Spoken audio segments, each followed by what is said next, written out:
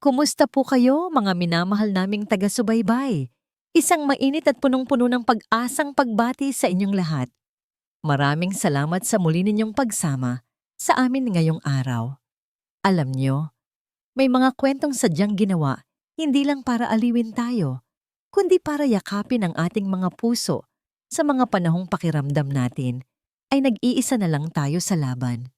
Sabi nila, ang pagtitiis daw ay ang pinakamataas na uri ng pagmamahal, na kapag mahal mo, kaya mong lunukin ang lahat.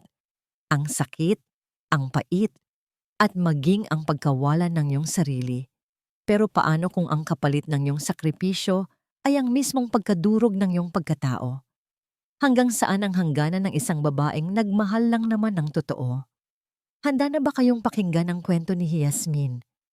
Halina't simulan natin ang kanyang paglalakbay. 2 araw nang hindi natutulog si Yasmin sa loob ng malawak at mainit na kusina ng Mansyon Arevalo. Ang tanging naririnig ay ang kalampag ng mga kaldero, ang pagsirit ng mantika, at ang mabilis na tibok ng kanyang sariling puso.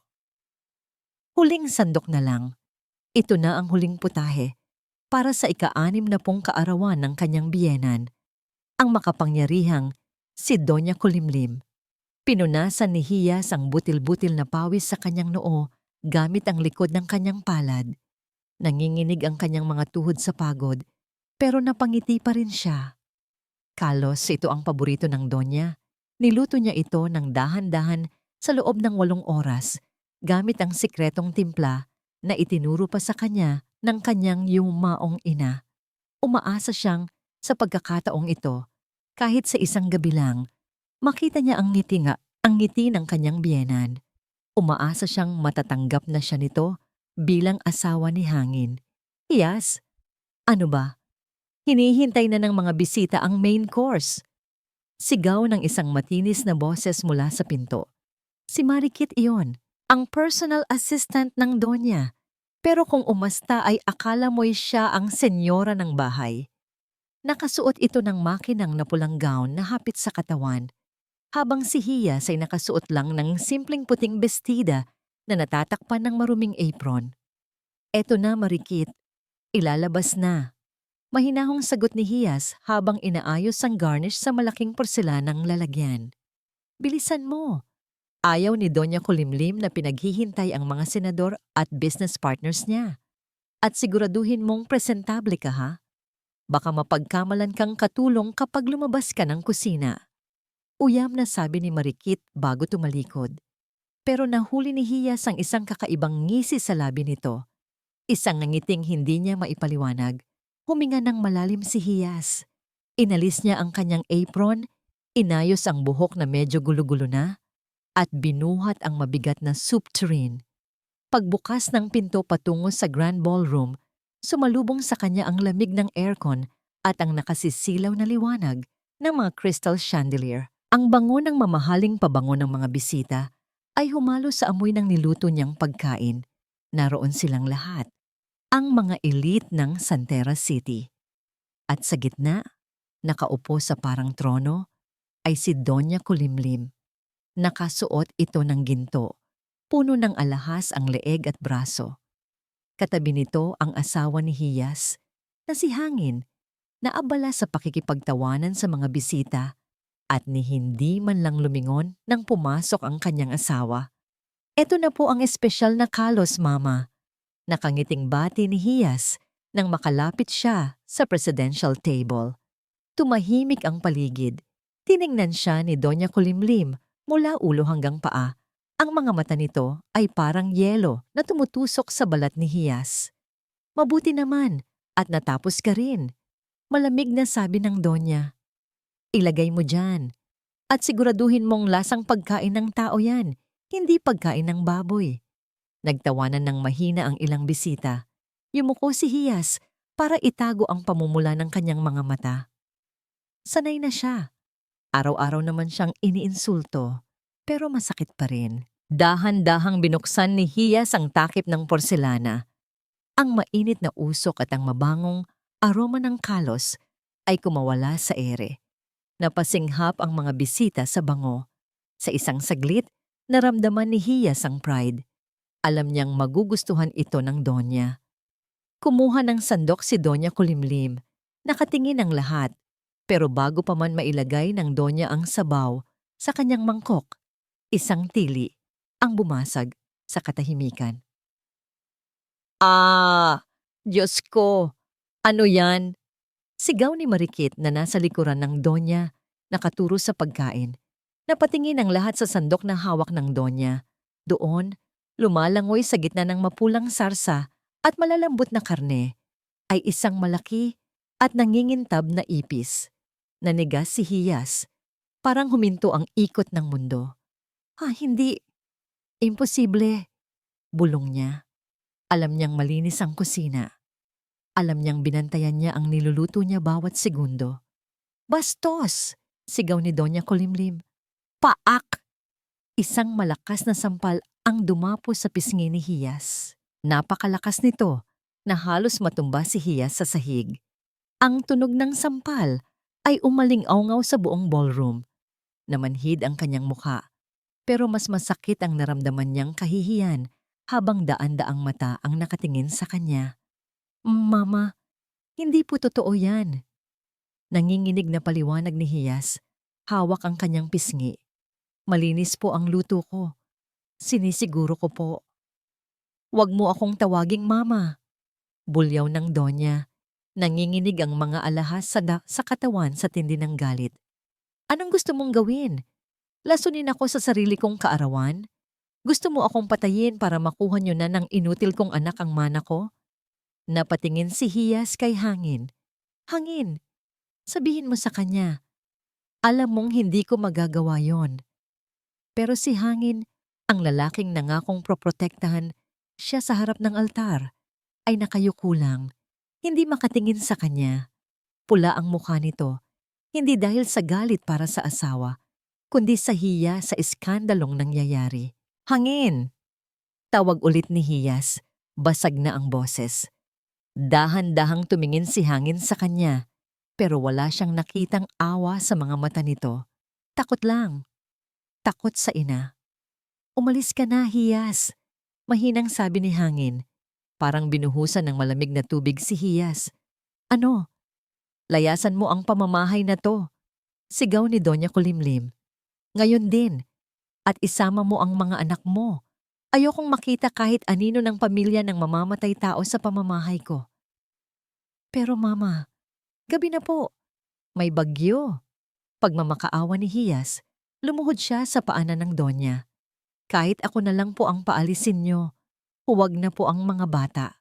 Si Likha, si Haraya. Nilalagnat po si Haraya. Guard, kaladkarin ang babaeng ito palabas. Ipatapon ang lahat ng gamit nila. Utos ng Donya na parang nagpapalayas lang ng asong gala. Agad na lumapit ang dalawang malalaking gwardya at hinawakan sa braso si Hiyas. Pilit siyang itinayo at kinaladkad palabas ng ballroom. Habang hinihila siya palayo, nakita niya si Marikit sa gilid ng mesa. Nakatingin ito sa kanya at sa likod ng abaniko nito, nakita ni Hiyas ang isang nangiti ng tagumpay. Ang huling nakita ni Hiyas bago sumara ang malaking pinto ng ballroom ay ang likod ng kanyang asawa. Si Hangin na ngayon ay inaalo ng kanyang ina at ni Marikit habang siya ay itinatapon sa dilim. Sa labas, bumuhos ang malakas na ulan kasabay ng pagkulog. Ibinato ng mga gwardya ang dalawang maleta sa basang semento ng driveway. Sumunod na inilabas ang dalawang batang umiiyak at nanginginig sa takot. Ang kambal na sina Likha at Haraya. Nanay! Sigaw ni Likha, yakap-yakap ang kapatid. Mabilis na tumakbo si Hiyas at niyakap ang mga anak sa gitna ng ulan. Basang-basa na sila agad. Ang magarang bestida ni Hiyas ay puno na ng putik. Shh! Andito na si nanay. Huwag kayong matakot. Bulong ni Hiyas, kahit na ang sarili niyang mga luha ay humahalo na sa ulan. Bumukas ang maliit na gate ng mansyon. Huwag na kayong babalik dito, sabi ng gwardya bago isinara ng padabog ang bakal na gate. Klang! Ang tunog ng pagsara ng gate ay parang tunog ng pagtatapos ng buhay na kilala ni Hiyas. Nakatayo sila doon, sa gitna ng bagyo, sa labas ng mansyon na pinagsilbihan niya ng 5 taon. Wala silang payong, walang pera, walang matutuluyan. Tiningnan ni Hiyas ang nagtataas ang pader ng mansyon Arevalo. Sa loob, tuloy ang party. May musika, may tawanan, may masarap na pagkain. Samantalang sila ay nasa impyerno ng kawalan. Hinawakan ni Hiyas ang nanginginig na kamay ni Haraya at binuhat ang maliit na bag sa kabilang balikat. "Halina kayo," sabi niya sa mga anak. Ang boses ay matatatakit ay matatag, kahit durog na ang puso. "Saan tayo pupunta, nanay?" tanong ni Likha. Tumingin si Hiyas sa madilim na kalsada. Hindi niya alam ang sagot, pero alam niya ang isang bagay. Hindi na siya ang dating Hiyas na magpapakaalila para sa pagmamahal na hindi naman totoo. Kasabay ng pagkidlat na nagliwanag sa kanyang mukha. Isang pangako ang nabuo sa kanyang isip. Babalik siya. Hindi para magmakaawa, kundi para maningil. Bumabagsak ang ulan na parang mga karayom sa balat ni Yasmin. Ang bawat patak ay malamig, mabigat, at walang awa. Sumasabay sa hagupit ng hangin na halos tumangay sa kanilang mag-iina. Madilim ang kalsada ng Santera. Ang tanging liwanag ay mula sa mga ilaw ng sasakyang paminsan-minsay dumaraan. Bumubusina ng malakas at nagwawalsik ng maruming tubig baha sa kanilang paanan. "Nanay, nilalamig na po ako." Humihikbing sabi ni Haraya. Ang munting tinig ng bata ay halos lunukin ng ugong ng bagyo. Huminto si Hiyas. Ibinaba niya ang basang-basang maleta sa gilid ng bangketa. Agad niyang hinubad ang suot niyang manipis na cardigan, ang tanging saplot na pumapatong sa kanyang bestida, at ibinalot ito sa nanginginig na katawan ng anak. "Eto anak, suotin mo to," sabi ni Hiyas habang pilit na pinipigil ang panginginig ng sarili niyang mga labi. Niyakap niya ng mahigpit si Haraya at si Likha. Ang init ng kanilang mga katawan, ang tanging panangga nila sa lupit ng gabi. Tumingala si Hiyas. Walang bituin, walang buwan. Tanging maitim na ulap na tila nagsasabing walang puwang ang langit para sa kanilang mga api. Wala siyang dalang pera. Ang cellphone ay naiwan sa ibabaw ng mesa sa kusina bago siya kinaladkad palabas. Saan sila pupunta? Sino ang tatanggap sa kanila? Ang mga magulang niya ay matagal nang patay. Ang mga kaibigan niya ay lumayo na mula nang ikasal siya sa pamilya Arevalo. Dahil na rin sa pagbabawal ni Doña Kulimlim. "Nanay, gutom na po ako," bulong ni Likha. Pilit na nagpapakatatag ang batang lalaki, pero ramdam ni Hiyas ang panginginig ng kamay nito na nakahawak sa laylayan ng kanyang damit. Parang dinudurog ang puso ni Hiyas. Bilang isang ina, kaya niyang tiisin ang lahat ng sampal at insulto. Pero ang makitang nagugutom at giniginaw ang kanyang mga anak ay isang klase ng torture na hindi niya kayang batahin. "Konting tiis na lang, mga anak. Makakahanap din tayo ng masisilungan." Pagsisinungaling niya. Pinilit nilang maglakad. Ang bawat hakbang ay mabigat. Ang kanilang mga sapatos ay puno na ng tubig. Sa dulo ng isang madilim na eskinita, may naaninag si Hiyas na isang lumang istruktura. Isa itong maliit na gusali na gawa sa kahoy at semento. Luma na ang pintura at tila na pag-iwanan ng panahon. May nakasabit na karatulang halos burado na ang mga letra, pero nababasa pa rin ang salitang karenderya. Sarado ito. Patay ang mga ilaw, pero may maliit na bubong sa harapan na pwedeng silungan. "Doon," turo ni Hiyas. "Doon muna tayo." Tumakbo sila patungo sa silong. Kahit papaano, naiibsan ng yero ang diretsong buhos ng ulan, pero ang hangin ay nanunuot pa rin sa kanilang mga buto. Umupo sila sa malamig na semento, sa tabi ng nakasarang roll-up door. Yakap-yakap ni Hiyas ang dalawang bata, Pilit silang pinapainit. Ipinikit niya ang kanyang mga mata at nagdasal. Kahit sino, kahit ano, tulong. Krug! Isang tunog ng bakal ang umalingaw-ngaw. Napadilat si Hiyas. Ang roll-up door sa likuran nila ay dahan-dahang umaangat. Isang matalim na liwanag mula sa loob ang tumama sa kanilang mga mata. Mula sa liwanag, lumabas ang anino ng isang matandang babae. Nakapamiwang ito, may suot na lumang duster, at ang buhok ay puting-puti na nakapusod ng mahigpit. Ang mukha nito ay puno ng kulubot na tila inukit ng panahon at puot. Ano to? Hindi bahay ampunan ng pinto ko. Bulyaw ng matanda. Ang boses nito ay parang gasgas na plaka, matigas at walang pasensya. Alis! Istorbo kayo tong sa tulog. Napatayo si Hiyas, hila-hila ang mga anak. Pasensya na po. Pasensya na po, Lola. Aalis na po kami. Sinong lola mo? Hindi tayo magkamag-anak. Singhal ng matanda, habang akmang ibababa na ulit ang pinto. Pero biglang umubo ng malakas si Haraya. Isang ubo na tuyo at masakit pakinggan. Napahawak ang bata sa dibdib at halos matumba. Haraya! Sigaw ni Hiyas. Nasalo ang anak. Bago ito bumagsak sa semento, hinawakan niya ang noo ng bata. Diyos ko, ang taas ng lagnat mo! Tumingin si Hiyas sa matanda. Lumuhod siya sa basang semento.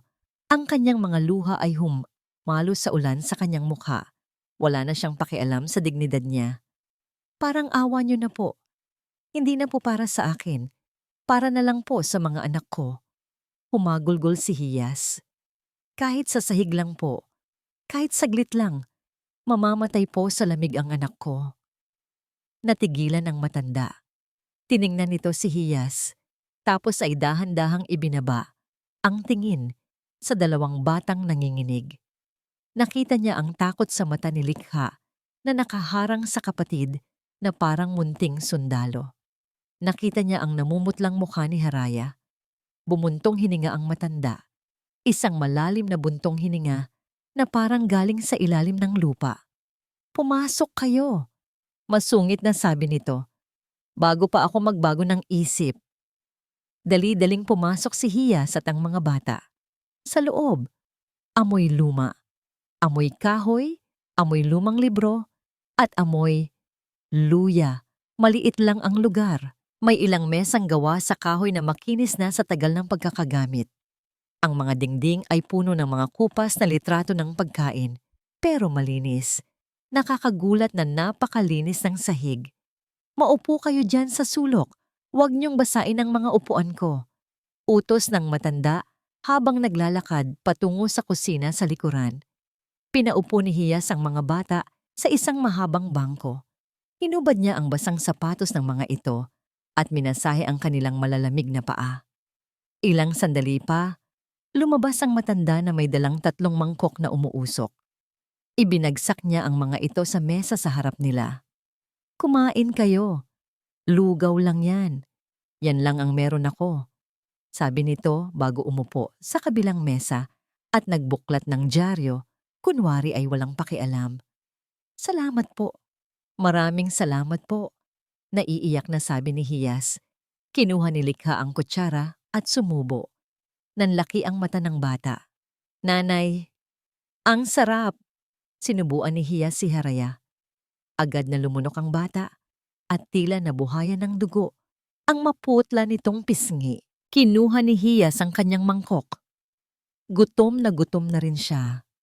Humigop siya ng sabaw at sa sandaling dumampi ang lugaw sa kanyang dila, natigilan siya. Hindi ito ordinaryong lugaw. Ang lasa ay simple pero malalim. Ang init ng luya ay saktong-sakto para pawin ang lamig sa katawan. Ang bawang ay tostado sa perpektong antas ng lutong, hindi sunog, hindi hilaw, na nagbibigay ng kakaibang aroma. Ang kanin ay durog na durog pero hindi malabsa, parang seda sa lalamunan. At may isang sangkap, isang pamilyar na pampalasa na hindi niya matukoy pero nagpapaalala sa kanya ng pagkabata. Ng tahanan, napapikit si Hiyas. Sa unang pagkakataon sa gabing iyon, naramdaman niyang huminahon ang kanyang puso. Ito ang lasa ng ginhawa. Napatingin siya sa matanda. Nakita niyang nakatingin din ito sa kanya. Nakasilip sa ibabaw ng binabasa nitong dyaryo. Nakatuon ang tingin ng matanda hindi sa mukha ni Hiyas, kundi sa kanyang mga kamay. Ang mga kamay ni Hiyas na puno ng maliliit na hiwa, paso at kalyo, ang mga marka ng isang tunay na kusinera. Ibinaba ng matanda ang dyaryo. Ang mga mata nito ay matalas, mapanuri, at tila nakakabasa ng kaluluwa. Ang mga kamay na yan, basag na boses ng matanda, turo sa kamay ni Hiyas. Hindi yan kamay ng senyorita, at lalong hindi yan kamay ng namamalimo.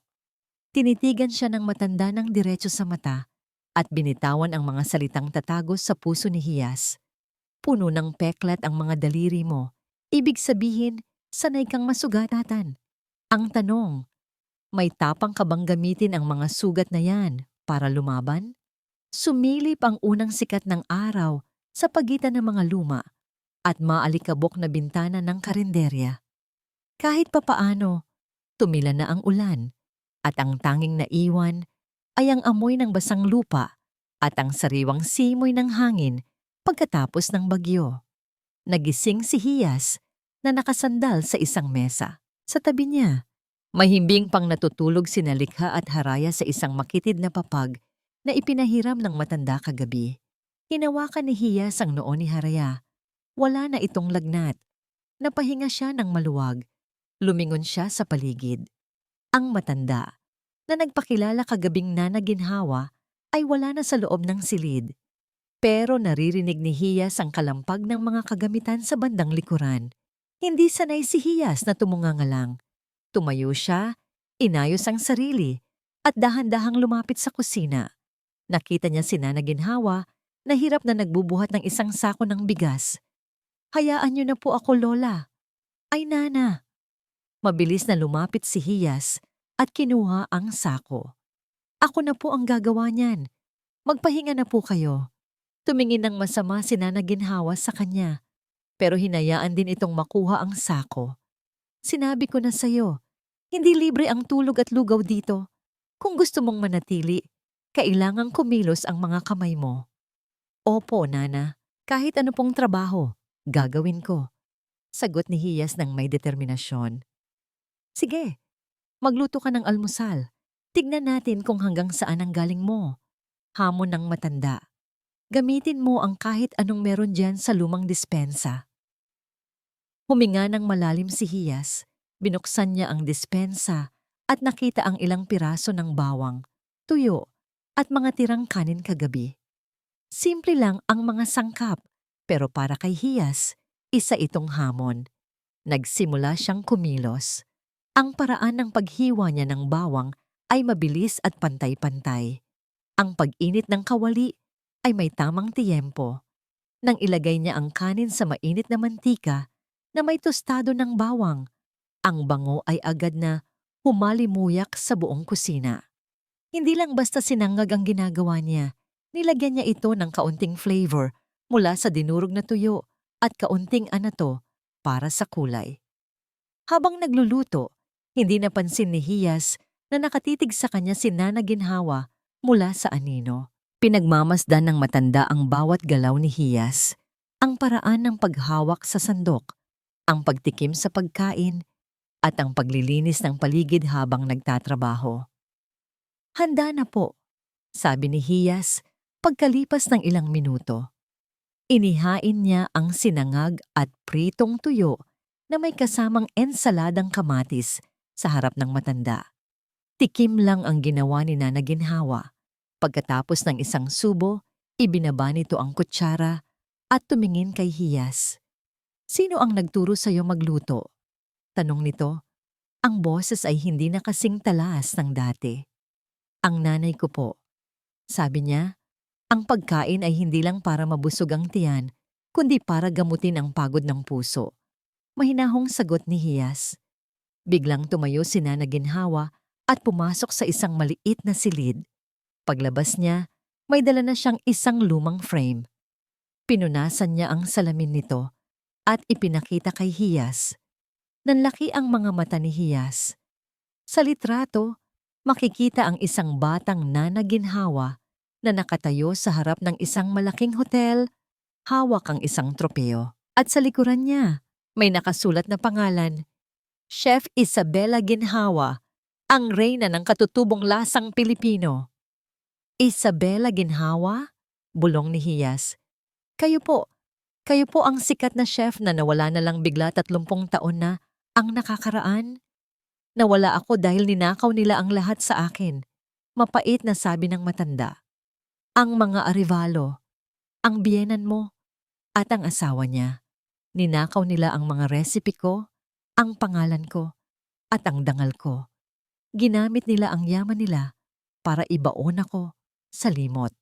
Napatakip ng bibig si Hiyas. Hindi niya akalain na ang pamilyang nanakit sa kanya ay may mas malalim pa palang kasalanan sa taong kumupkop sa kanya ngayon. Kaya nang makita kitang itinatapon palabas ng mansyong yun kagabi, alam ko, pagpapatuloy ni Nana Ginhawa. Alam kong pareho tayo ng tadhana, mga biktima ng kasakiman ng mga Arevalo. Hinawakan ni Nana Ginhawa ang balikat ni Hiyas. Ang mga kamay nito ay magaspang, pero ramdam ni Hiyas ang init at lakas. Yasmin, ang karinderyang ito ay matagal nang patay. Pero ikaw ay may buhay pa. May apoy pa sa mga kamay mo.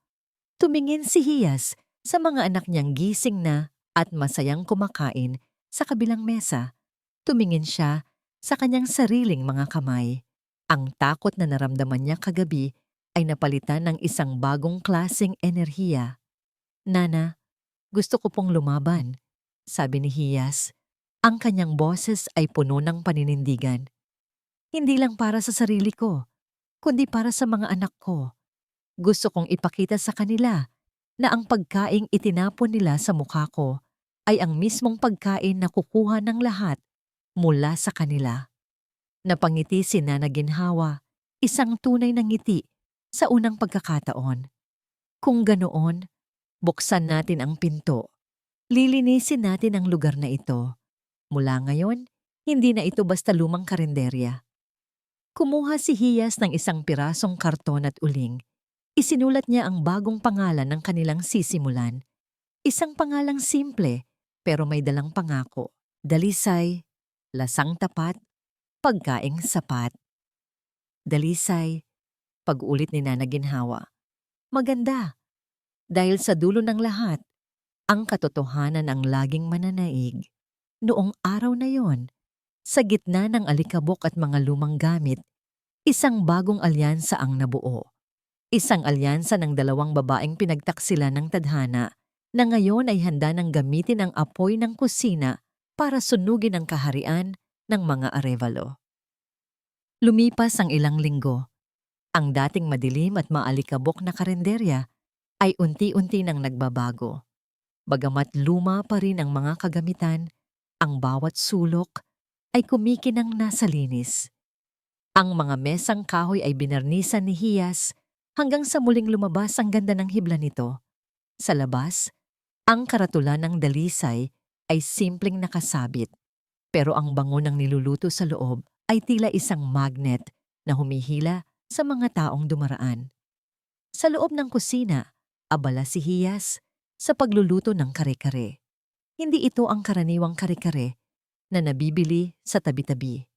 Ang mani ay sariwang tinostado at dinurog ni Hiyas mismo hanggang sa lumabas ang langis nito.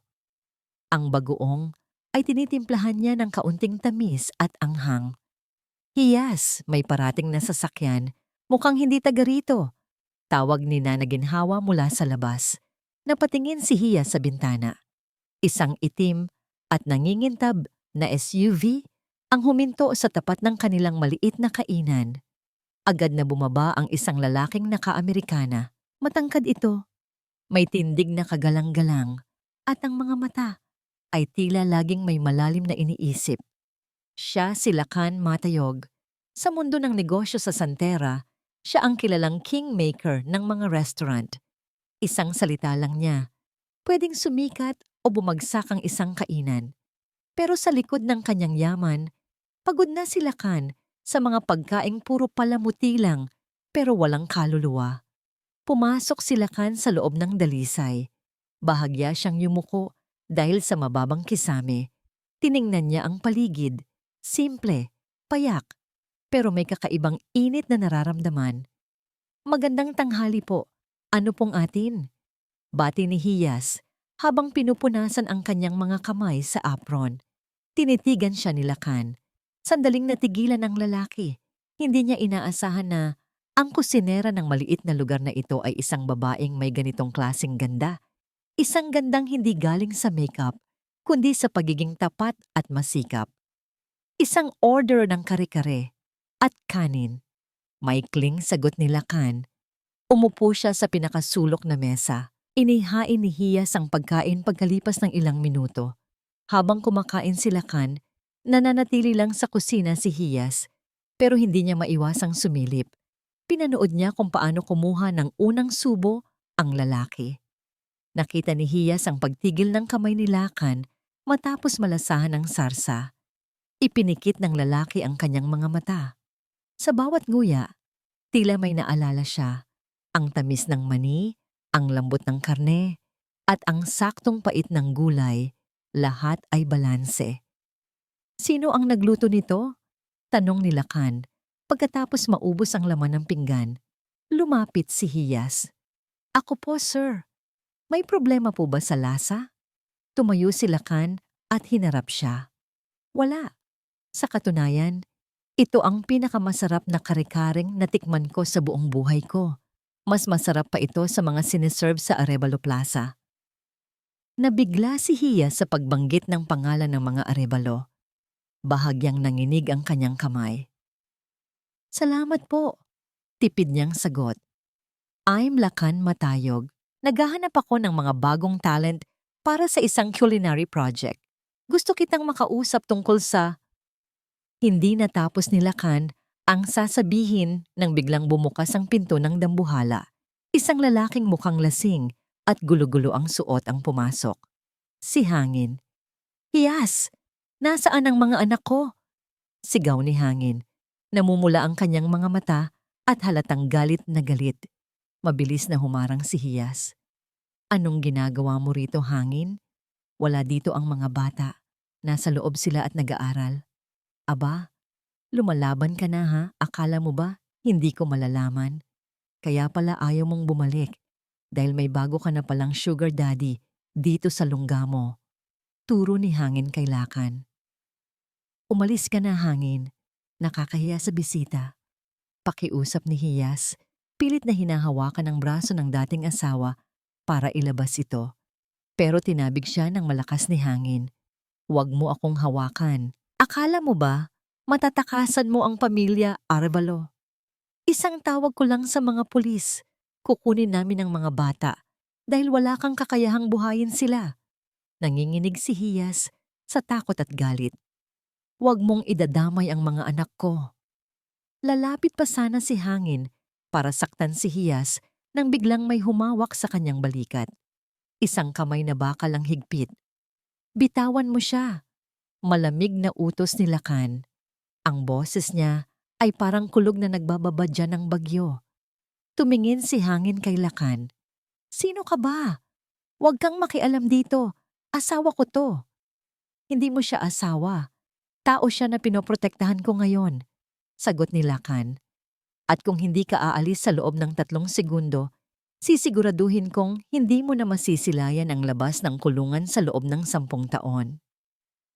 Sa tindi ng aura ni Lakan, tila nahimasmasan si Hangin.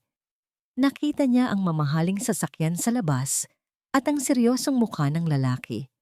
Alam niyang hindi ito basta-basta. Magbabayad ka, Hiyas. Hindi pa tayo tapos. Pulyaw ni Hangin bago patakbong lumabas ng karinderya. Naiwang nanginginig si Hiyas. Napasandal siya sa mesa at napahawak sa kanyang dibdib. Agad siyang nilapitan ni Nana Ginhawa at inabutan ng tubig. Pasensya na po, Sir Lakan. Pasensya na po sa nangyari. Hiling ni Hiyas, hindi makatingin ng diretso sa lalaki. Tumingin si Lakan kay Hiyas nang may halong awa at paghanga. Nakita niya ang hirap na pinagdadaanan ng babaeng ito, pero nakita rin niya ang apoy sa loob nito na ayaw mamatay. Hindi mo kailangang humingi ng tawad sa kasalanan ng iba, Yasmin, sabi ni Lakan sa malambot na tono. Ngayon, mas lalo akong sigurado, hindi lang pagkain ang niluluto mo dito, nagluluto ka ng pag-asa.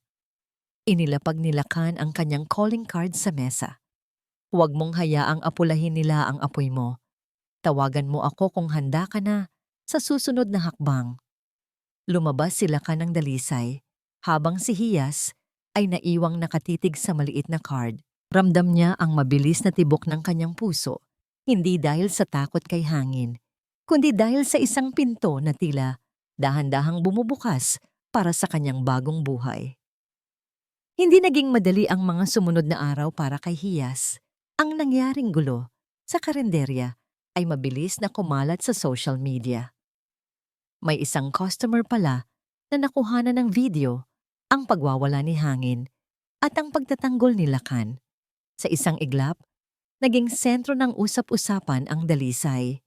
Para sa marami, isa itong kwento ng pag-asa, isang api na ipinagtatanggol ng isang makapangyarihang Ginoo. Pero para kay Hiyas, ang kasikatang ito ay isang kutsilyong may dalawang talim. Nanay, bakit po may mga taong laging nakatingin sa atin sa labas? Tanong ni Likha habang nag-aayos ng mga upuan. Hinaplos ni Hiyas ang ulo ng anak. Huwag mo na lang silang pansinin, anak. Basta mag-aral lang kayo nang mabuti ni Haraya sa loob, maliwanag? Alam ni Hiyas na hindi mananahimik si Doña Kulimlim. Ang mapahiya ang pangalang Arevalo sa publiko ay isang kasalanang hindi nito palalampasin at hindi nga siya nagkamali. Bandang 10:00 ng umaga, habang abala si Hiyas sa paghahanda ng sinigang na hipon sa batuan, 3 lalaking nakauniporme ang pumasok sa karenderya. May hawak silang mga clipboard at seryoso ang kanilang mga mukha. Kami ay mula sa Sanitary and Health Inspection Office, sabi ng isa na may makapal na salamin. May nakatanggap kami ng reklamo na marumi raw ang pagkaing isinisilbi niyo rito at may mga nakaranas ng pagtatae. Natigilan si Hiyas. Alam niyang imposible ito. Si Nana Ginhawa ay napakahigpit pagdating sa kalinisan. Kahit isang langaw, hindi hinahayaang makapasok sa kusina. Reklamo? Sino po ang nagreklamo? Malinis po ang lahat ng ginagawa namin dito. Paliwanag ni Hiyas. Hindi na mahalaga kung sino. Ang utos sa amin ay suriin ang lugar nyo. At habang ginagawa ito, kailangan nyo munang itigil ang operasyon. Sarado muna ang dalisay, sabi ng opisyal habang nagsisimulang magkabit ng temporarily closed na karatula sa pinto. Lumabas si Nana Ginhawa mula sa likuran, hawak ang isang sandok. Anong sarado? Wala kayong karapatang gawin yan. Nang walang sapat na ebidensya, alam ko kung sino ang nag-utos sa inyo. Matanda, huwag ka nang makialam kung ayaw mong madamay. Banta ng isa pang lalaki. Naramdaman ni Hiyas ang panginginig ng kanyang mga tuhod. Ito na ang sinasabi niya. Gagamitin ng mga Arevalo ang lahat ng koneksyon nila para durugin siya bago pa man siya makabangon. Pero nang makita niya ang takot sa mga mata ni Likha at Haraya na nakasilip sa pinto ng silid, tila may kung anong apoy na sumiklab sa dibdib ni Hiyas. Hindi na ito ang dating Hiyas, naiiyak na lang sa sulok. Hinarap niya ang mga inspektor. Sige po, siyasatin niyo ang bawat sulok ng kusinang ito. Buksan niyo ang lahat ng kaldero. Tignan niyo ang bawat sangkap. Pero kapag napatunayan kong malinis ang lahat, hihilingin ko na bawiin niyo ang pagkakasara ng dalisay sa harap ng lahat ng taong nanonood sa labas. Pinagkatinginan ng mga lalaki. Hindi nila inaasahan ang ganitong katapangan mula sa isang babaeng akala nila ay madaling takutin. Habang isinasagawa ang inspeksyon, isang marangyang sasakyan ang huminto sa tapat. Bumaba si Doña Kulimlim.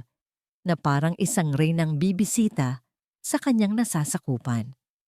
Nakasuot ito ng mamahaling sunglasses at may hawak na abaniko. "Tignan mo nga naman," uyam na sabi ng Donya habang papasok sa maliit na kainan. "Sabi ko na nga ba, ang basura ay mananatiling basura kahit anong linis pa ang gawin mo." "Bakit po kayo nandito, Donya Kulimlim?" Malamig na tanong ni Hiyas. "Nandito ako para tignan kung paano gumuho ang munti mong pangarap," sagot ng Donya. Lumapit siya kay Hiyas at ibinaba ang kanyang sunglasses. "Akala mo ba sapat na ang pakikipag-flirt sa isang lakan matayog para kalabanin ako? Yasmin, ang kalingkingan ko lang ang kailangan para burahin ka sa mundong ito." "Bakit po ba natatakot kayo sa akin?" hamon ni Hiyas. Tumawa ng malakas ang Donya. "Ako? Natatakot sa'yo? Nagpapatawa ka ba? Kung hindi kayo natatakot, bakit kailangan niyo pang gumamit ng mga pekeng inspeksyon?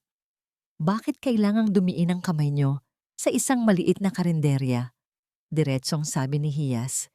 "Nandito kayo dahil alam niyo na ang lasa ng pagkaing niluluto ko rito ang siyang maglalantad sa panis at bulok na sistema ng mga restaurant niyo."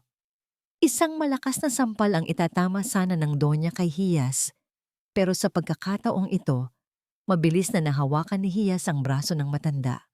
Mahigpit, matatag. "Hindi na pumuling dadapo ang kamay niyo sa mukha ko," bulong ni Hiyas. Sapat na para marinig lang ng Donya. "Ako ay isang ina na pinoprotektahan ng kanyang mga anak. At alam niyo po kung ano ang kayang gawin ng isang inang wala nang mawawala. Gagawin ko ang lahat para ipakita sa buong Santera kung anong klaseng tao ang nasa likod ng pangalang Arevalo." Namutla ang Donya sa galit. "Bitawan mo ako. Magnanakaw. Atas-atasan niyo na yan. Isara ang lugar na ito." Pero bago pa man makakilos ang mga opisyal, lumabas ang lead inspector mula sa kusina. Medyo hiyang-hiya ito. "Ma'am, wala po kaming nakitang kahit anong violation. Sa katunayan, mas malinis pa ang kusina nila kaysa sa karamihan ng mga 5-star hotel na na-inspeksyon namin." Nanlaki ang mga mata ni Donya Kulimlim. "Ano? Ulitin niyo. Baka bulag kayo." "Pasensya na po, Donya, pero wala po kaming basehan para ipasara sila," sabi ng inspektor habang mabilis na nililigpit ang kanilang gamit para umalis. Naiwang nanggagalaiti si Donya Kulimlim. Tumingin siya kay Hiyas nang may matinding puot. "Huwag kang magsaya, Yasmin. Ito ay simula pa lang. Sisiguraduhin kong sa susunod, wala nang matitirang kahit isang butil ng kanin sa lamesa niyo." "Hihintayin ko po kayo," sagot ni Hiyas. "Pero sa susunod na magkita tayo, hindi na sa ganitong paraan. Magkikita tayo sa lugar kung saan hindi niyo magagamit ang pera niyo, sa harap ng mga taong huhusga sa tunay na galing." Nang makaalis ang Donya, napaupo si Hiyas sa upuan. Nangihina siya, pero may kakaibang gaan sa kanyang loob. Sa unang pagkakataon, hindi siya umiyak. Nilapitan siya ni Nana Ginhawa at hinawakan sa balikat. "Maghanda ka na, Hiyas, dahil ang hamon na binitawan mo ay hindi na pwedeng bawiin." Kinuha ni Hiyas ang calling card ni Lakan na nasa kanyang bulsa. Tumingin siya sa kanyang mga anak na ngayon ay nakayakap na sa kanya. "Nana, tawagan natin si Sir Lakan," sabi ni Hiyas. "Handa na po akong sumali sa kompetisyon." Hingal na hingal si Nana Ginhawa habang nakasandal sa pader ng kusina. Ang kanyang mga kamay, na dati matatag na humahawak sa sandok, ay nanginginig na ngayon. Ang matinding tensyon sa pagdating ng mga inspektor at ang paghaharap kay Donya Kulimlim ay tila kumuha sa huling lakas ng matanda. "Nana, Nana, ayos lang po ba kayo?" Natatarantang tanong ni Hiyas habang inaalalayan ang matanda patungo sa silya. "Ayos lang. Napagod lang ako." Mahinang sagot ni Nana Ginhawa, pero bakas sa kanyang muka ang pamumutla. Bigla siyang napaubo ng malakas, isang ubong tila may kasamang hapdi sa dibdib. Diyos ko, kailangan niyo pong magpahinga. Huwag na po kayong kumilos, sabi ni Hiyas. Ang boses ay puno ng pag-aalala. Tumingin si Nana Ginhawa kay Hiyas. May lungkot at takot sa kanyang mga mata. Takot na baka hindi na niya matapos ang sinimulan nila. Hiyas, pakinggan mo ako. Ang katawan ko, hindi na kasing tatag ng dati. Pero ang hustisya, hindi pwedeng maghintay. Dahan-dahang tumayo ang matanda at naglakad patungo sa kanyang silid. Paglabas niya, may dala siyang isang lumang notebook na nakabalot sa telang pelos. Ang mga pahina nito ay nanininilaw na sa kalumaan, puno ng mga sulat kamay at mantsa ng langis at tuyo. Ito ang lahat, Hiyas, pabulong na sabi ni Nana Ginhawa habang inilalagay ang notebook sa mga kamay ni Hiyas. Ang mga recipe na ninakaw ni Kulimlim, ang mga sikretong nagpayaman sa mga aribalo pero pumatay sa pangalan ko. Dito nakasulat ang tunay na kaluluwa ng lutong Pilipino. Nanginginig ang mga daliri ni Hiyas habang hinahawakan ang notebook. Ramdam niya ang bigat ng kasaysayan at ang sakit na nakapaloob sa bawat pahina. Ito ang sandata mo. Pagpapatuloy ni Nana Ginhawa. Sasali ka sa Buabeb Santera. Hindi lang para sumikat, kundi para patunayan sa buong mundo kung sino ang tunay na reyna ng kusina. At kapag nakuha mo ang titulong yon, wala nang magagawa ang mga aribalo kundi ang lumuhod sa harap ng katotohanan. Pero Nana, paano kayo? Hindi ko po kayo kayang iwan sa ganitong kalagayan. Naiiyak na sabi ni Hiyas. Huwag mo akong alalahanin. Mas lalo akong magkakasakit kung makikita kitang sumusuko, giit ng matanda. Eksaktong pagkatapos ng usapang yon, isang marahang katok ang narinig sa pinto. Silakan matayog ang pumasok, kasunod ang isang lalaking nakasalamin na may dalang briefcase, ang kanyang abogado. Yasmin, Nana Ginhawa, bati ni Lakan. Narinig ko ang nangyari. Huwag kayong mag-alala. Ang aking abogado na ang bahala sa mga pekeng reklamo laban sa dalisay. Walang magsasara sa lugar na ito hanggat nandito ako. Tumingin si Lakan kay Hiyas, napansin ang pamumula ng mga mata nito. Lumapit siya at bahagyang hinawakan ang braso ng babae. At tungkol sa kompetisyon, nakalista na ang pangalan mo. Pero kailangan mong magsanay sa isang lugar na hindi ka maaabot ng mga galamay ni Kulimlim. Kalaunan ng gabing iyon, dinala ni Lakan sina Hiyas at ang mga bata sa kanyang penthouse sa sentro ng lungsod. Ang kusina roon ay napakalaki at puno ng pinakamodernong kagamitan na nakita ni Hiyas sa buong buhay niya. Dito ka muna mananatili. Safe ang mga bata rito at may sapat kang kagamitan para pag-aralan ang mga recipe ni Nana Ginhawa, sabi ni Lakan. Nagsimula ang puspusang pagsasanay ni Hiyas. Araw at gabi, inaaral niya ang bawat sukat ng pampalasa, ang bawat paraan ng pagluluto na nasa notebook. Sinusubukan niyang pagsamahin ang tradisyonal na teknik ni Nana Ginhawa at ang sarili niyang estilo. Isang gabi, habang nag-eeksperimento si Hiyas sa paggawa ng isang espesyal na bibingka, pumasok si Lakan sa kusina. Nakita niya si Hiyas na seryosong-seryoso, bahagyang may puti ng harina sa kanyang pisngi at noo. Hindi napansin ni Hiyas ang paglapit ni Lakan dahil abala siya sa pagtikim ng sauce. Masyadong matamis? Tanong ni Lakan na ikinagulat ni Hiyas. Ay, Sir Lakan, kayo po pala, sabi ni Hiyas. Bahagyang nahihiya. Tinatantya ko po ang tamis ng gata.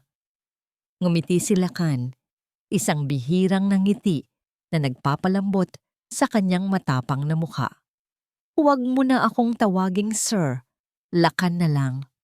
Dahan-dahang lumapit si Lakan kay Hiyas, inabot niya ang mukha ng babae at gamit ang kanyang hinlalaki, dahan-dahan niyang pinunasan ang harina. Sa pisngi nito, napatigil ang mundo ni Hiyas. Ramdam niya ang init ng balat ni Lakan at ang bango ng pabango nito. Ang mga mata ni Lakan ay nakatitig ng malalim sa kanya, puno ng paghanga na higit pa sa pagiging isang investor. May tiwala ako sa iyo, Hiyas. Bulong ni Lakan. Huwag mong kakalimutan na hindi ka nag-iisa sa laban na ito. Bumilis ang tibok ng puso ni Hiyas pero agad din siyang umiwas ng tingin na aalala ang kanyang pinagdadaanan. Salamat, Lakan. Malaking bagay po ito para sa amin. Kinabukasan, lumabas na ang opisyal na listahan ng mga kalahok sa Buabeb Santera. Ang balita ay mabilis na kumalat sa mga balita at social media. Pero ang pinakamalaking balita na ikinagulantang ng lahat ay ang anunsyo ng mga hurado. Habang nanonood ng TV sa penthouse, nakita ni Hiyas at Lakan ang mukha ni Doña Kulimlim na nakangiti sa harap ng mga kamera. Bilang pangunahing sponsor ng kompetisyon, ikinagagalak kong i-anunsyo na ako ang tatayong chief judge para sa Grand Finals, sabi ni Doña Kulimlim sa TV. Ang mga mata nito ay parang nanunuya. At titiyakin ko na ang tanging mananalo ay ang may pinakamataas na kalidad at dangal. Napahigpit ang hawak ni Hiyas sa kanyang apron. Alam niya ang ibig sabihin nito. Gagawin ni Doña Kulimlim ang lahat para ibagsak siya sa harap ng milyon-milyong manonood. Ang laban ay hindi na lang tungkol sa masarap na pagkain. Ito ay isang bitag. Tumingin si Lakan kay Hiyas. Ang mukha nito ay naging seryoso muli. Alam na niya. Alam niyang nandito ka. Hiyas, ito na ang pinakamahirap na parte. Huminga ng malalim si Hiyas. Tumingin sa notebook ni Nana Ginhawa at pagkatapos ay sa kanyang sariling mga kamay.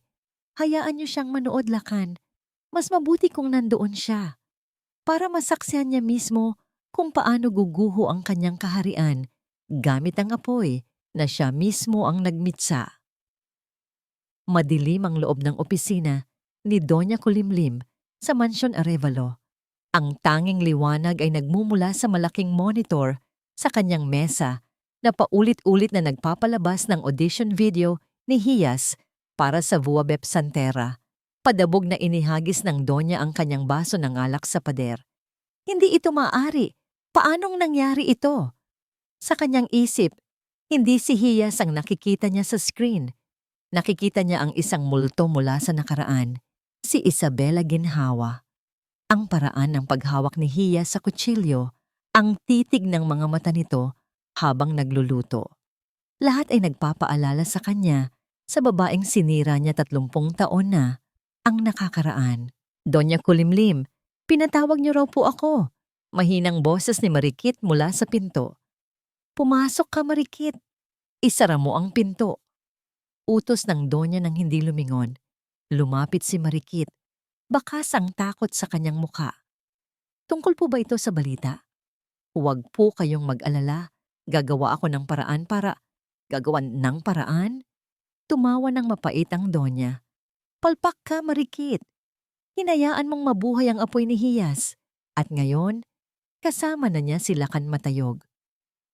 Alam mo ba kung anong ibig sabihin niyan? Kapag nanalo si Hiyas, lalabas at lalabas ang katotohanan tungkol sa mga recipe ng Arevalo. Naglakad ang Donya patungo sa isang lumang vault sa likod ng isang painting. Binuksan niya ito at inilabas ang isang itim na envelope.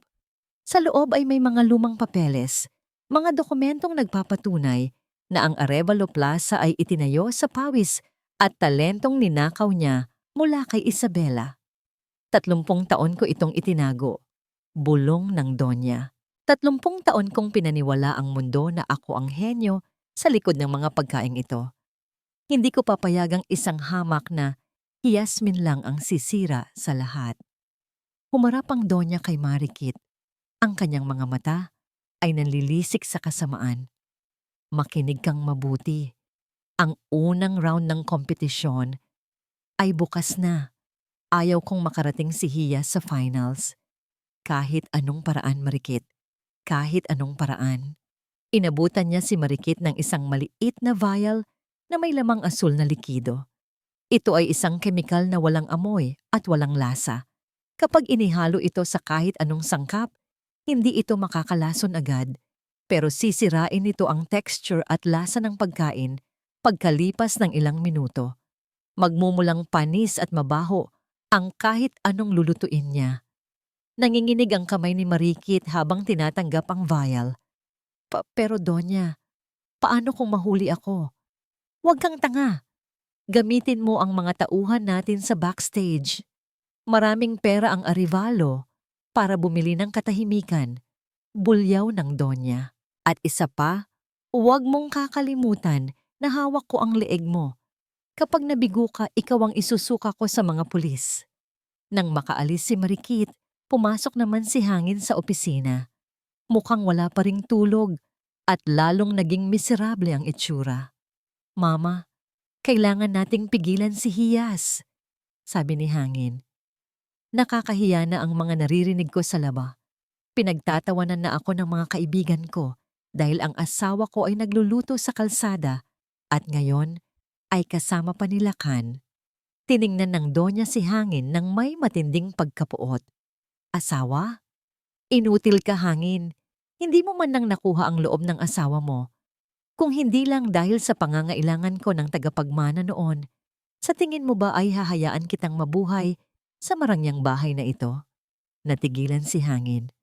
Anong ibig niyo pong sabihin? Lumapit ang Donya sa kanya at tinapik ang kanyang pisngi ng mapang-insulto. Akala mo ba talaga ay anak ka ng isang Arevalo? Akala mo ba ang dugo ko ang nananalaytay sa'yo? Isang malaking biro, Hangin. Pinulot lang kita para maging puppet ko. Kaya huwag na huwag kang magrereklamo sa akin. Dahil sa isang pitik ko lang, pwedeng mabalik ka sa basurang pinanggalingan mo. Parang gumuho ang mundo ni Hangin sa narinig. Ang pagkataong pinanghahawakan niya sa buong buhay niya ay isa palang malaking kasinungalingan. Ngayon, umalis ka na sa harap ko, sigaw ng Donya. At siguraduhin mong hindi ka gagawa ng kahit anong ingay nanay na sisira sa plano ko. Naiwang mag-isa ang Donya sa dilim. Tumingin siya sa litrato ni Hiyas sa screen. Yasmin, Isabela. Bulong niya habang pinupunit ang litrato. Maaring magaling kayo sa kusina, pero sa mundong ito, ang kapangyarihan ang tunay na pampalasa. At ako ang may-ari ng buong luto. Sa labas, muling kumidlat, nagbibigay ng panandali ang liwanag sa mukha ni Donya Kulimlim na puno ng puot at maitim na balak. Ang liwanag ng mga studio lights ay nakasisilaw.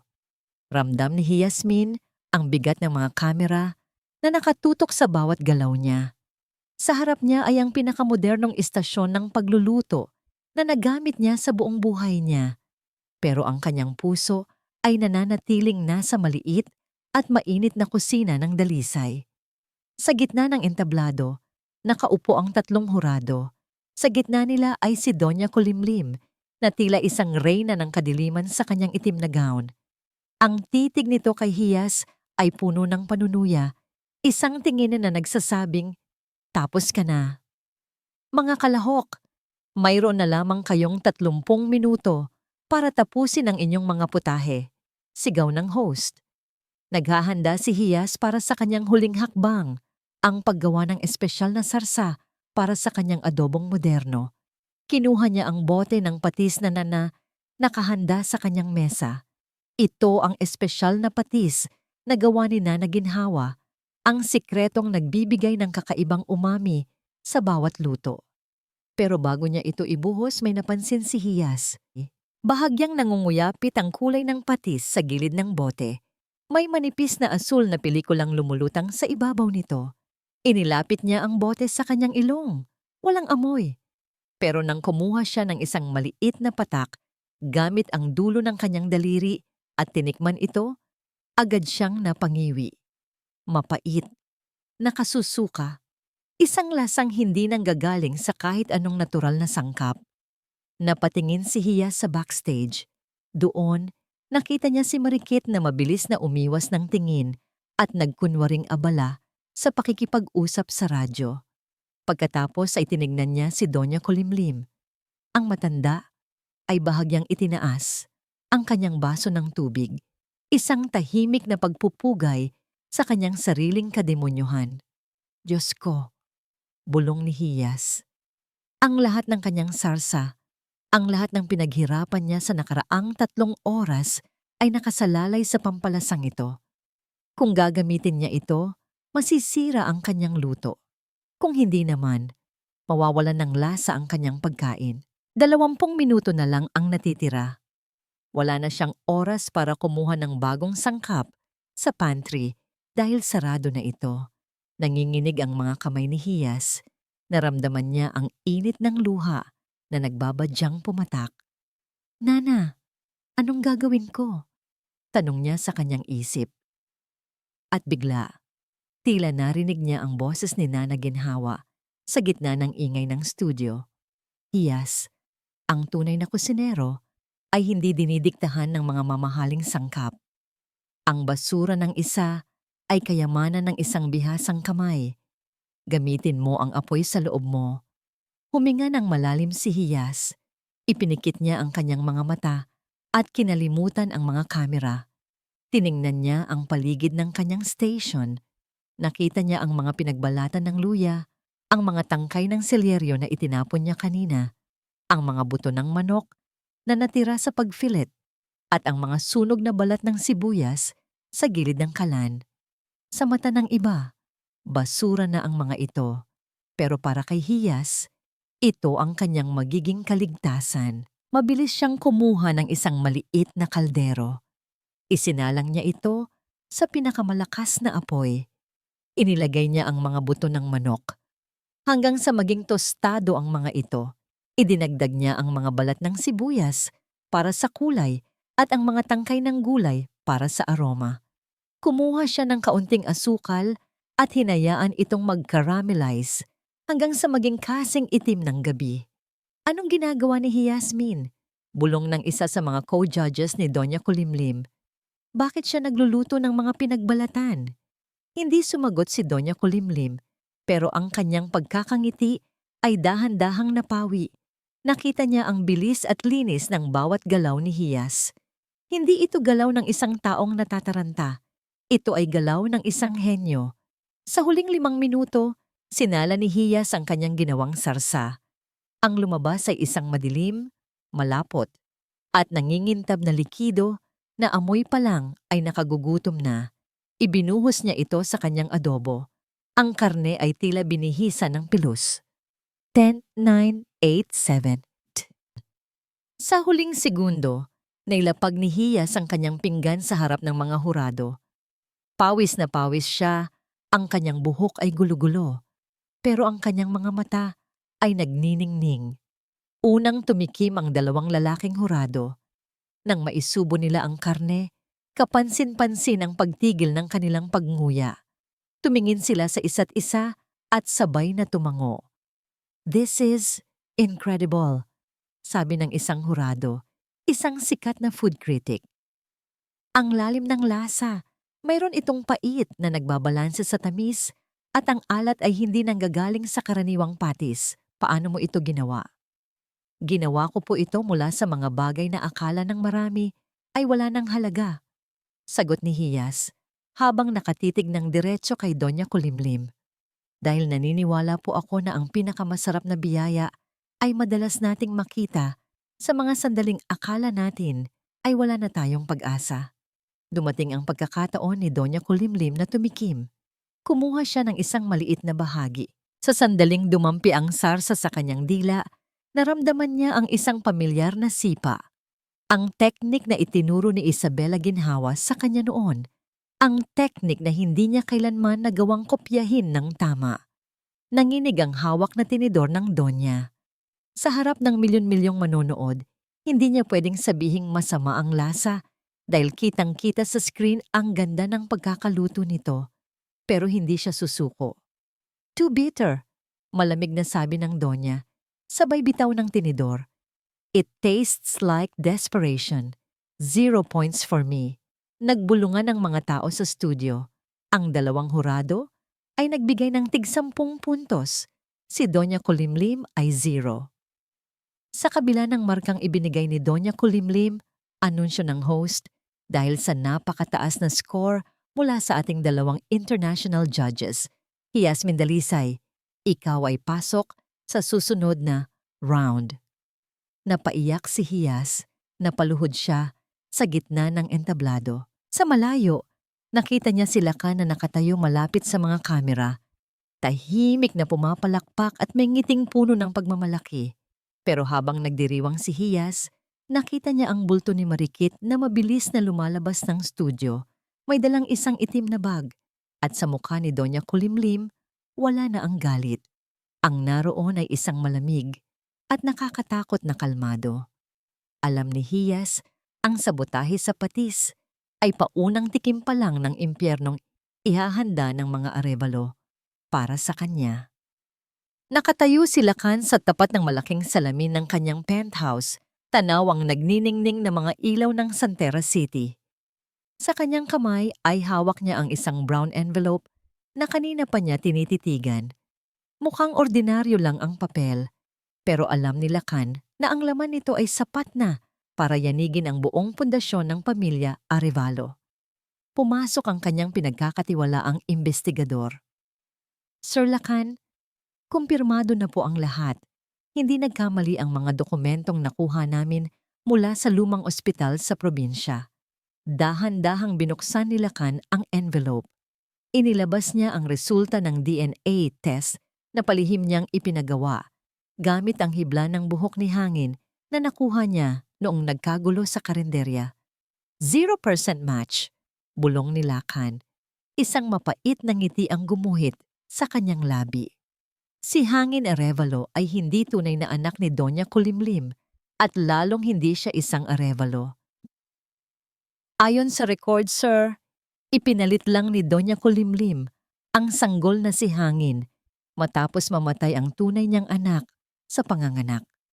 Kailangan niya ng tagapagmana para hindi makuha ng ibang kamag-anak ang kayamanan ng asawa niya, paliwanag ng investigador. At ang mas matindi pa rito, ang tunay na tagapagmana na dapat ay naging kapalit ng namatay na sanggol ay ang anak ng kapatid ng Don na itinapon sa malayo. Tumingin si Lakan sa isa pang papel. Ang kanyang sariling pangalan ay nakasulat doon. Ang kanyang yumaong ina ay ang kapatid ng asawa ni Doña Kulimlim na pinalabas nilang namatay sa isang aksidente. Si Lakan Matayog ay hindi lang isang matagumpay na negosyante. Siya ang tunay na dugong Arevalo na dapat sana ay nagpapatakbo ng imperyong kasalukuyang kinakamkam ni Kulimlim. Kaya pala ganoon na lang ang puot niya kay Nana Ginhawa at kay Hiyas, sabi ni Lakan sa sarili.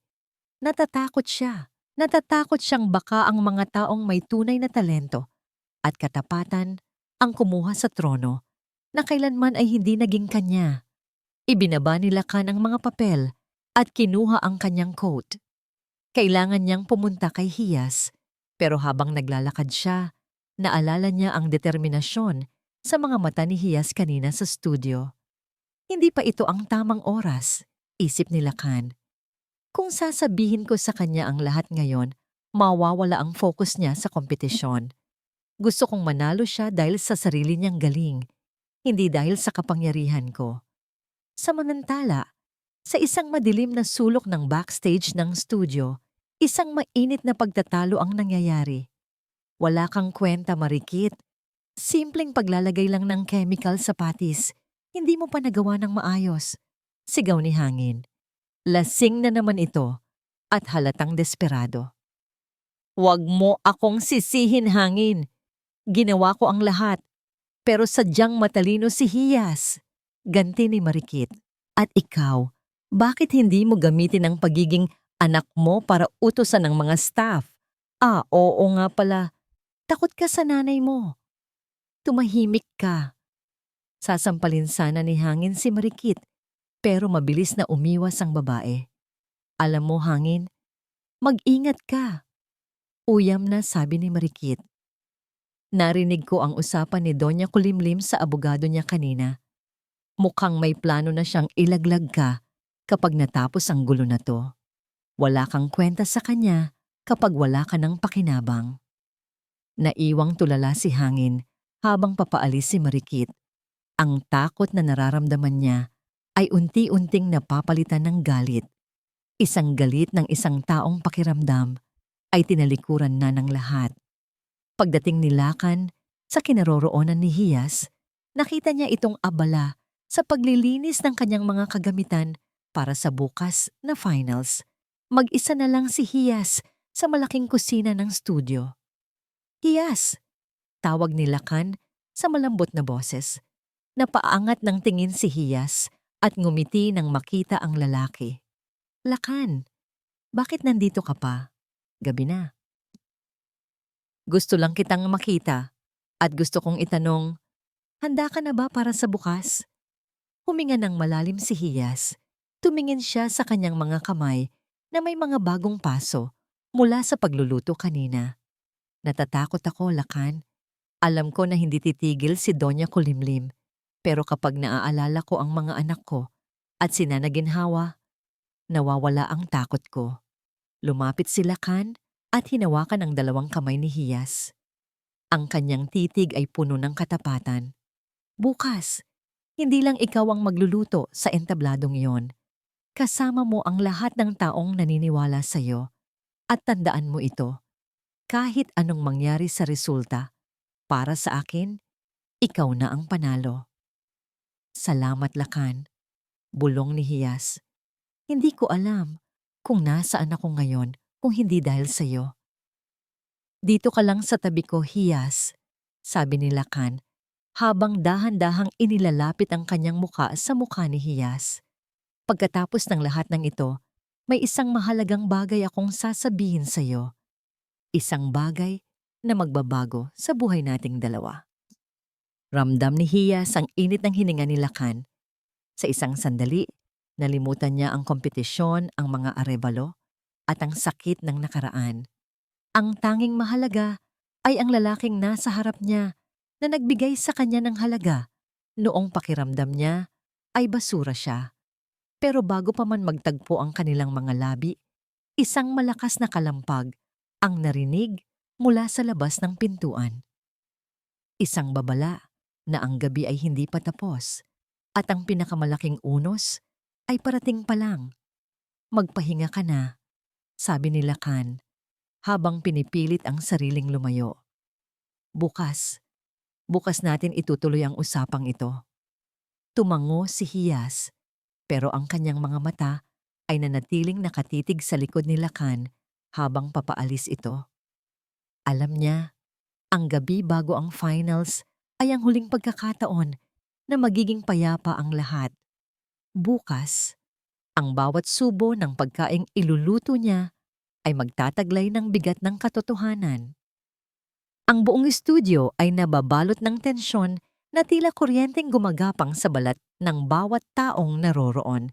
Ito na ang gabi ng Grand Finals ng Vuabeps Santera.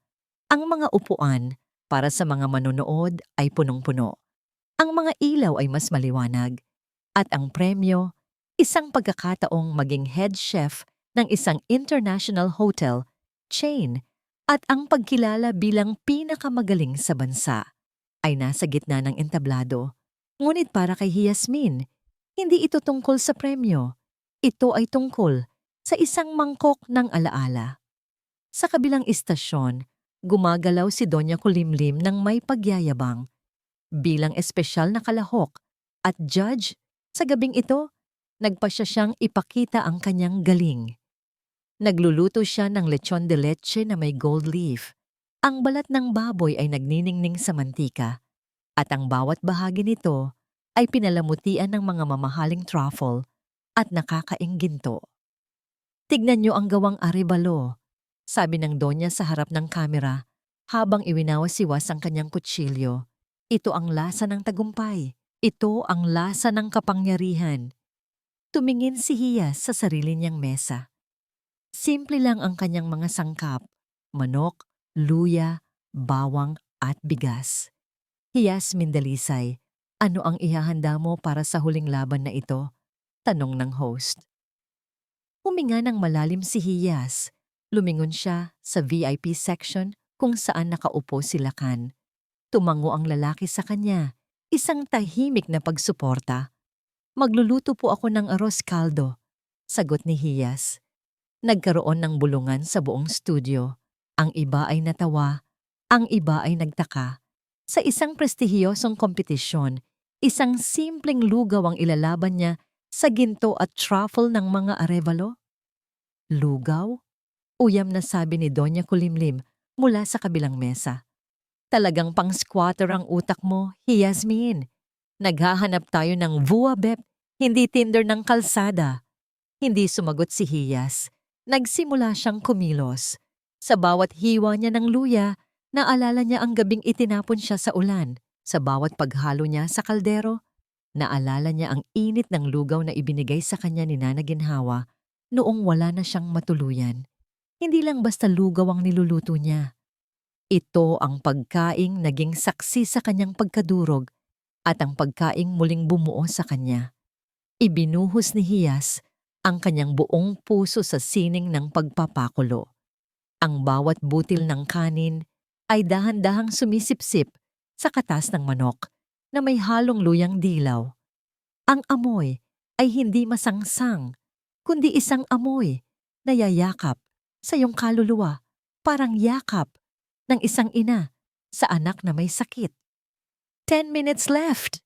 Sigaw ng host. Natapos ang oras. Inihain ni Doña Kulimlim ang kanyang lechon. Mukha itong isang obra maestra ng sining. Nang tikman ito ng 2 foreign judges, tumango sila. Technically perfect, sabi ng isa. Ang balat ay napakalutong, pero parang may kulang. Masyadong maraming palamuti, nawawala ang natural na lasa ng karne. Dumating ang pagkakataon ni Hiyas. Inilapag niya ang isang simpleng puting mangkok. Sa ibabaw ng kanyang arroz caldo ay may tostado at ginintuang bawang, sariwang spring onions, at isang perpektong nilagang itlog.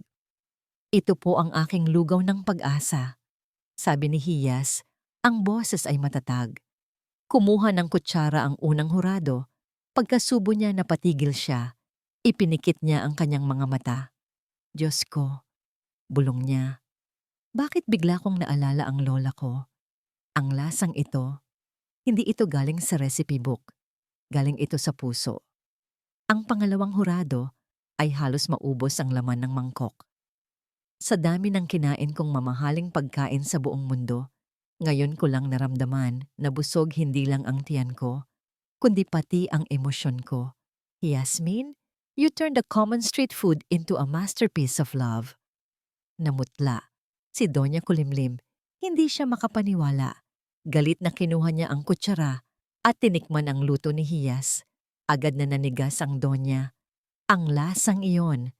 Ang teknik ng pag-infuse ng luya sa loob ng buto ng manok. Mamans. Iyon ang signature ni Isabela Ginhawa. Ang teknik na kailanman ay hindi niya nagawang manakaw dahil nasa puso yon ng tunay na kusinero. Hindi! Sigaw ni Doña Kulimlim, sabay tulak sa mangkok. Tumapon ang lugaw sa sahig, gaya ng pagtapon niya sa pagkain ni Hiyas noon sa mansyon. Walang kwenta ito. Basura. Hindi ito karapat-dapat manalo. Tumahimik ang buong studio. Ang lahat ay nabigla sa inasal ng Donya. Doña Kulimlim, ang markang ibinigay namin ay sapat na para ideklarang panalo. Hindi natapos ng hurado ang sasabihin. Biglang bumukas ang malaking pinto sa likod ng studio. Ang tunog ng mga sirena ng pulis ay narinig mula sa labas. Pumasok ang isang grupo ng mga operatiba at sa gitna nila ay isang matandang babaeng nakaupo sa wheelchair. Pero ang mga mata ay nag-aapoy sa paninindigan. Si Nana Ginhawa. Sa likod ni Nana Ginhawa ay silakan na may hawak na mga papeles. Itigil ang kompetisyong ito. Sigaw ni Nana Ginhawa. Ang kanyang boses ay umalingaw-ngaw sa bawat sulok ng studio. Nandito ako para bawiin ang pangalang ninakaw sa akin 30 taon na. Ang nakakaraan. Nanginig ang buong katawan ni Doña Kulimlim. Isabela? Paanong? Patay ka na. Buhay ako, Kulimlim. At buhay ang katotohanan. Sabi ni Nana Ginhawa. habang itinuturo ang Donya. Nandito ang mga pulis para sa'yo. Hindi lang para sa pagnanakaw ng intellectual property, kundi para sa tangkang pagpatay at ang ilegal na pagmamanipula sa ari-arian ng mga arevalo. Nagkagulo ang mga manonood. Ang mga kamera ay mabilis na humarap sa nagaganap na komosyon. Tumingin sila kay Donya Kulimlim nang may malamig na ngiti. At tungkol sa iyong kaharian, Donya. Tapos na ang laro. Hawak ko ang dokumentong nagpapatunay na ako ang tunay na tagapagmana ng Don at ikaw ay isang impostora na nagpalit ng sanggol para makuha ang yaman. Napahawak si Donya Kulimlim sa kanyang mesa. Hingal na hingal, ang kanyang gintong lechon ay nakahandusay kasing walang silbi ng kanyang mga kasinungalingan. Sa gitna ng kaguluhan, nananatiling nakatayo si Hiyas sa kanyang istasyon. Tumingin siya sa natapong lugaw sa sahig at pagkatapos ay kay Nana Ginhawa na nakangiti sa kanya nang may luha sa mga mata. Alam ni Hiyas, sa sandaling iyon, hindi lang siya nanalo sa kompetisyon. Nanalo siya sa buhay. Naririnig ko ang ugong ng mga bubuyog sa aking tainga. Pero hindi. Hindi yun mga bubuyog. Iyon ay ang bulungan ng daan-daang tao sa loob ng studio. Ang mga flash ng kamera ay tila mga kidlat na tumatama ng diretso sa aking mga mata. Hindi maaari. Hindi maaari. Bulong ko sa aking sarili habang nakakapit sa gilid ng mesa. Ang aking mga daliri na puno ng mamahaling singsing ay nanginginig. Sa harap ko, nakatayo ang multo ng aking nakaraan, si Isabela Ginhawa. Akala ko ay nabaon ko na siya sa limot at kahirapan. Akala ko ay sapat na ang 30 taon para mamatay ang katotohanan. Pero heto siya, nakaupo sa kanyang wheelchair, mukhang mahina ang katawan, pero ang mga mata ay kasing talas pa rin ng kutsilyong ginamit niya noon para maging reyna ng kusina. Kulimlim, tapos na ang oras mo, sabi ni Isabela. Ang boses niya ay mahinahon, pero bawat salita ay parang sampal sa aking mukha. Ang mga recipe na ipinagmalaki mo, ang mga parangal na tinanggap mo, lahat yan ay nakatayo sa isang pundasyon ng kasinungalingan. Magsisinungaling. Sigaw ko, kahit na nararamdaman ko na ang panunuyo ng aking lalamunan. Sino ang maniniwala sa isang matandang pulubi na galing sa kalsada? Ako, si Donya Kulimlim Arevalo. Akin ang santera. Hindi ka isang Arevalo Kulimlim. Isang boses ang pumutol sa aking pagsigaw. Silakan, naglakad siya patungo sa gitna ng entablado. Hawak ang isang makapal na folder. Ang kanyang bawat hakbang ay may awtoridad. Ang awtoridad na kailanman ay hindi ko nakita kay hangin. Hawak ko ang orihinal na birth certificate ng tunay na anak ni Don Arevalo na namatay sa ospital 30 taon na. Ang nakakaraan, anunsyo ni Lacan sa harap ng mga kamera. At hawak ko rin ang ebidensya ng pagmamanipula mo sa mga dokumento para ipakilala ang isang batang pinulot mo lang, si Hangin, bilang tagapagmana. Narinig ko ang malakas na singhap ng mga tao. Lumingon ako sa gilid at nakita ko si Hangin. Nakatayo siya doon. Tulala. Ang kanyang mukha ay kasing puti ng papel. Mama, totoo ba? Tanong ni Hangin. Ang kanyang boses ay basag. Hindi ako Arevalo. Ginamit mo lang ako. Hindi ko siya sinagot. Wala akong panahong intindihin ang nararamdaman ng isang inutil na gaya niya. Ang tanging iniisip ko ay ang aking imperyo. At ito, pagpapatuloy ni Lacan, habang itinataas ang isa pang papel, ang DNA test na nagpapatunay na ako, si Lacan Matayog, ang tunay na dugong Arevalo. Ako ang anak ng kapatid ng Don na pinalabas mong patay para masolo ang yaman. Kulimlim, ang lahat ng ari-arian mo, ang mansyon, ang mga restaurant. Lahat ng yan ay legal na mapupunta sa akin, Simula sa oras na ito, parang gumuho ang kisame ng studio sa aking ulo. Ang lahat ng pinaghirapan ko, ang lahat ng taong tinapakan ko para makarating sa itaas.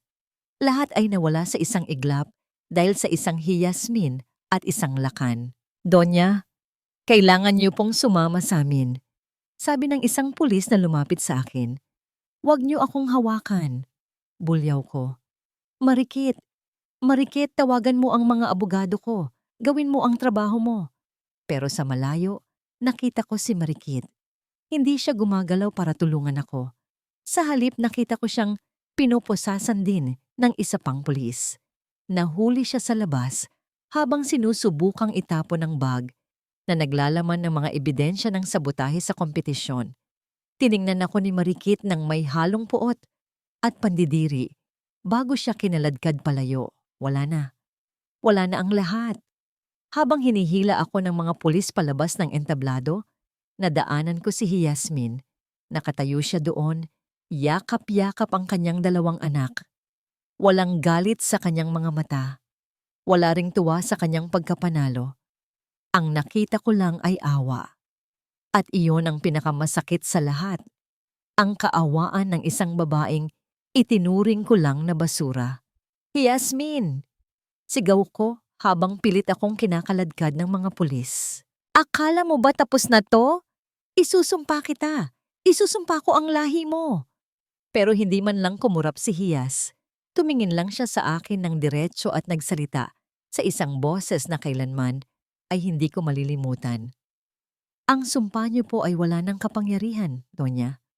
Dahil ang katotohanan ay tapos na sa pagluluto at ngayon, oras na para malasahan niyo ang pait ng sarili niyong luto. Isinakay ako sa loob ng mobile ng pulis. Habang dahan-dahang umaandar ang sasakyan palayo sa studio, nakita ko sa malaking screen sa labas ng gusali ang mukha ni Yasmin. Itinaas ang kanyang kamay bilang bagong buwabep santera. Ang huling nakita ko bago sumara ang pinto ng selda sa aking isipan ay ang imahe ni Isabela Ginhawa na nakatayo mula sa kanyang wheelchair, dahan-dahang pumapalakpak. Habang ang aking gintong mundo ay tuluyan ng nagdilim kama. Isang taon ang mabilis na lumipas. Ang simoy ng hangin sa labas ng bagong bukas na restaurant na Ginhawa ay amoy sariwang pandan at bagong sangag na kape. Hindi ito katulad ng kusina ng mga Arevalo na malamig at puno ng tensyon.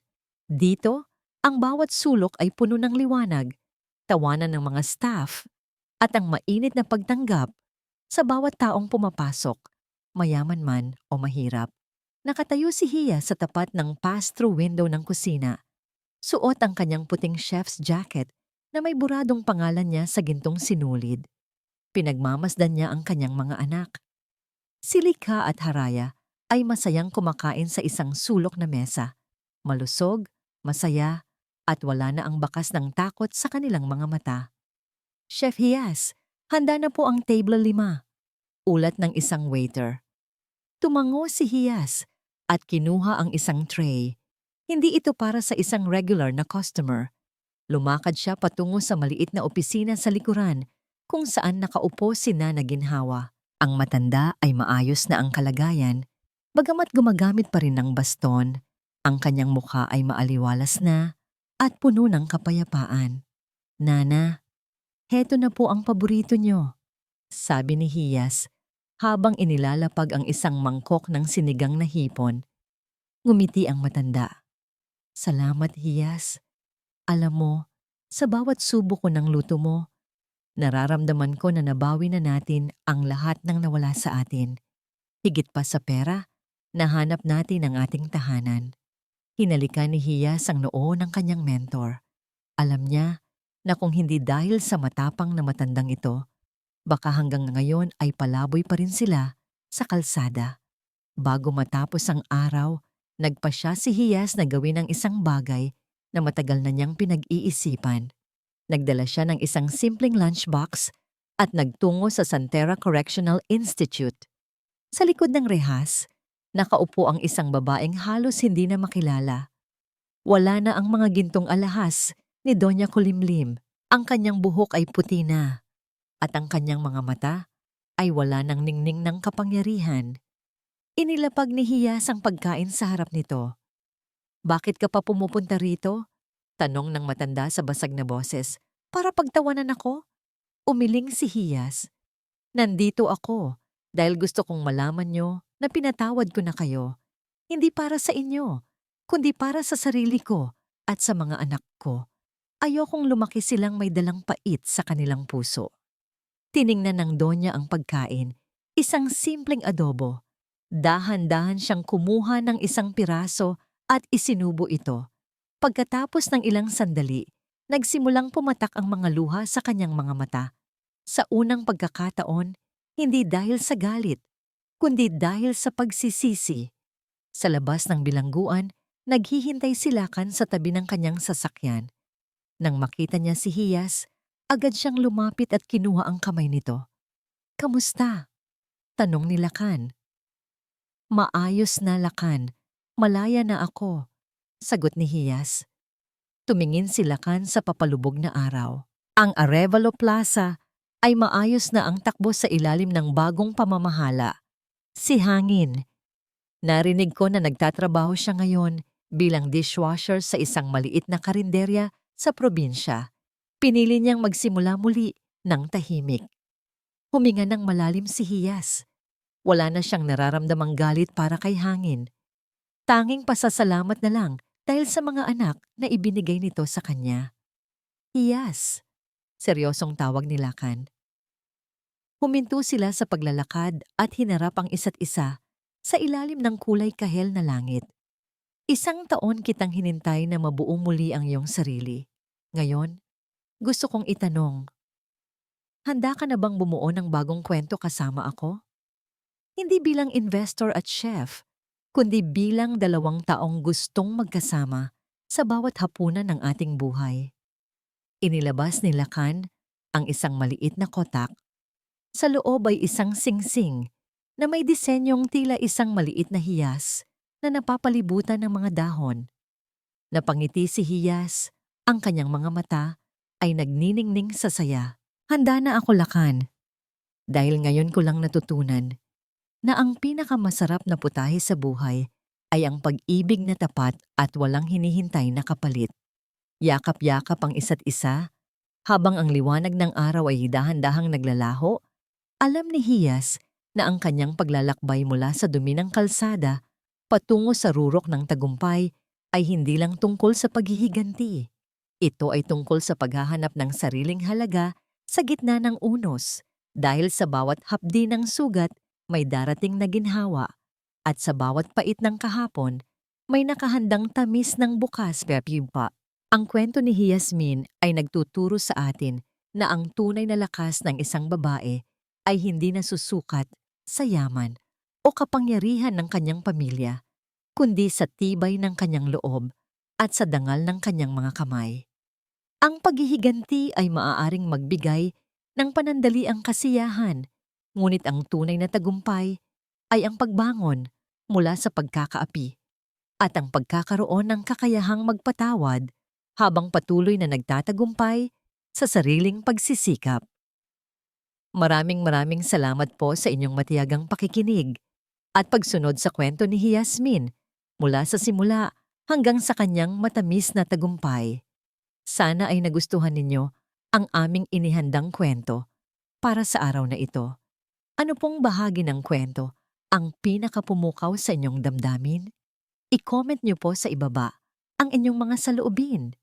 At sabihin niyo rin po kung anong genre o tema ng kwento ang gusto ninyong marinig sa susunod. Mahalaga po sa amin ang inyong boses. Hindi dito nagtatapos ang ating paglalakbay. Marami pa pong kwentong kasing ganda at mas puno ng aral dito sa aming channel. Kung nagustuhan niyo ang kwentong ito, i-like, i-share sa pamilya at mga kaibigan at mag-subscribe na rin para lagi kayong updated sa mga susunod pa naming kwento. I-click niyo ang notification bell para kayo ang unang makarinig kapag may bago kaming upload. Pagpalain po kayo ng Panginoon, kayo at ang inyong buong pamilya. Hanggang sa muli.